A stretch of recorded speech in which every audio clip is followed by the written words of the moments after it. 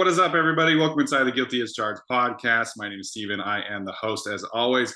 And joining me today is a very special guest, the Chargers starting tight end, Mr. Gerald Everett. Gerald, thanks for taking the time to join me, man. How are you doing today? I'm good, man. Just finished up practice, feeling good and ready to go. Yeah, I know you've obviously been in LA for part of your career, but how are the vibes so far being with the Chargers in your first couple of games? It was pretty good. We got a pretty good group, and I like the way we're doing things here, and I feel good about where we're headed. Yeah, I think that's a common feeling around the league, around the fan base for sure. Yeah. It certainly seems like this offense really fits you from what we can tell. Obviously, you're very involved in the passing game. Right. We've heard from a few people around the league, like Joe Brady from the Panthers recently said that like the tight end is like the most important position in this kind of offense. So how do you feel like this offense kind of plays to your strengths as a tight end?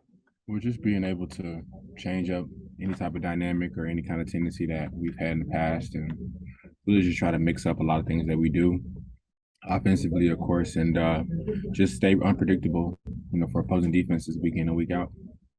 Yeah, I think you can definitely see, I feel like your role changed a little bit from week 1 to week 2. At least in terms of like the ways that you were targeted. Is that something that you think kind of continues throughout the season as they kind of search out ways to get you the ball in your hands? For sure. As long as we're able to, I'm more than happy to do it. Yeah, I know that you've had some really great success in this league as a yards after catch guy, and that has really shown up through 2 weeks so far.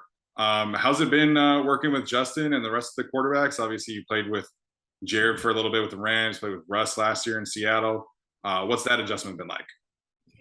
Well, I've been blessed to play with some great quarterbacks and even better people, and this year is no different with Justin and Chase and even Easton. But like I said, I'm blessed, and I couldn't ask for more. And a group of quarterbacks is more well-rounded and more intellectually inclined for the game.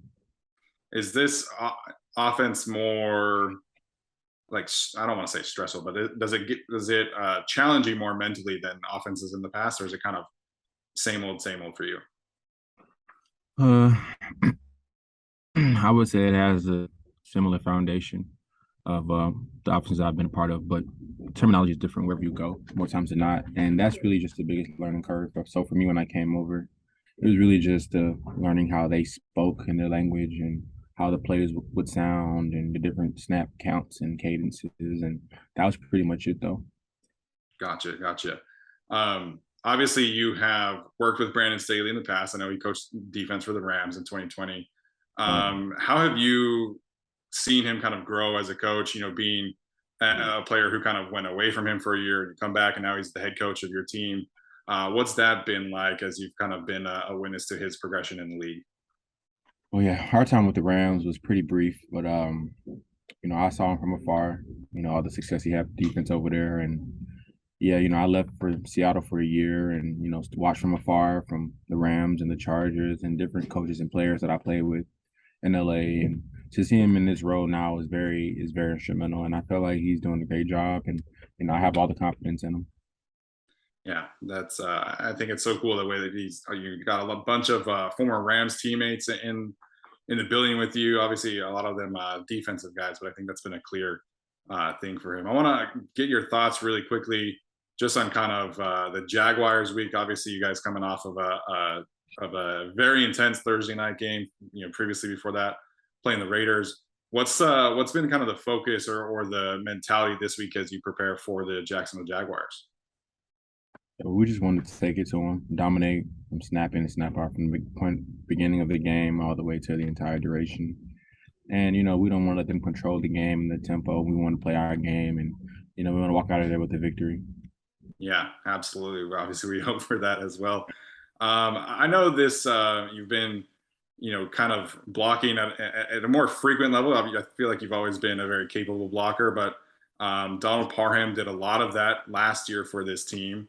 What has your role been like as Donald's been kind of dealing with his injury for the past few weeks?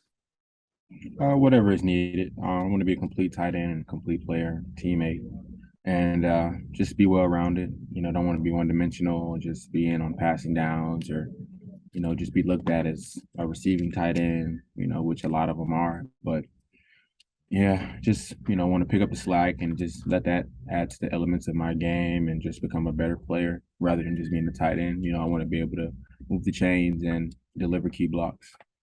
Well, I think you're certainly doing a good job of that so far.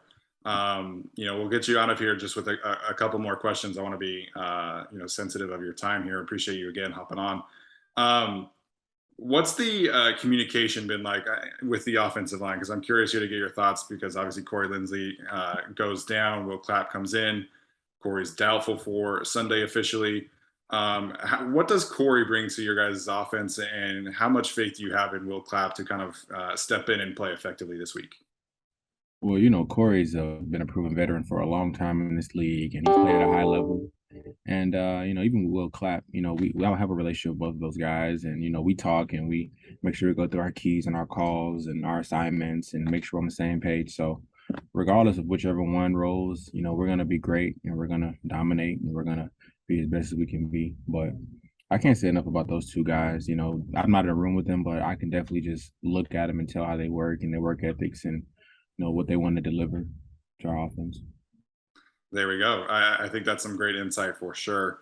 I've got to give the tight end room some love. My co-host Tyler last week, we do a bold prediction every single a bold prediction for every single game, right? And his bold prediction was that you would have more receiving yards than Travis Kelsey last week, and that did hit. So just wanted to give Tyler a quick shout out, and obviously appreciate your efforts last week. I thought you had a great game. Being able to make plays with the ball in your hands. And like I said, man, just really appreciate you coming on for this show and looking forward to watching the rest of the season. Stay healthy first and foremost. Thanks, Steve. I appreciate you, man, for having me on. Yeah, man. We'll talk to you later. All right, be safe.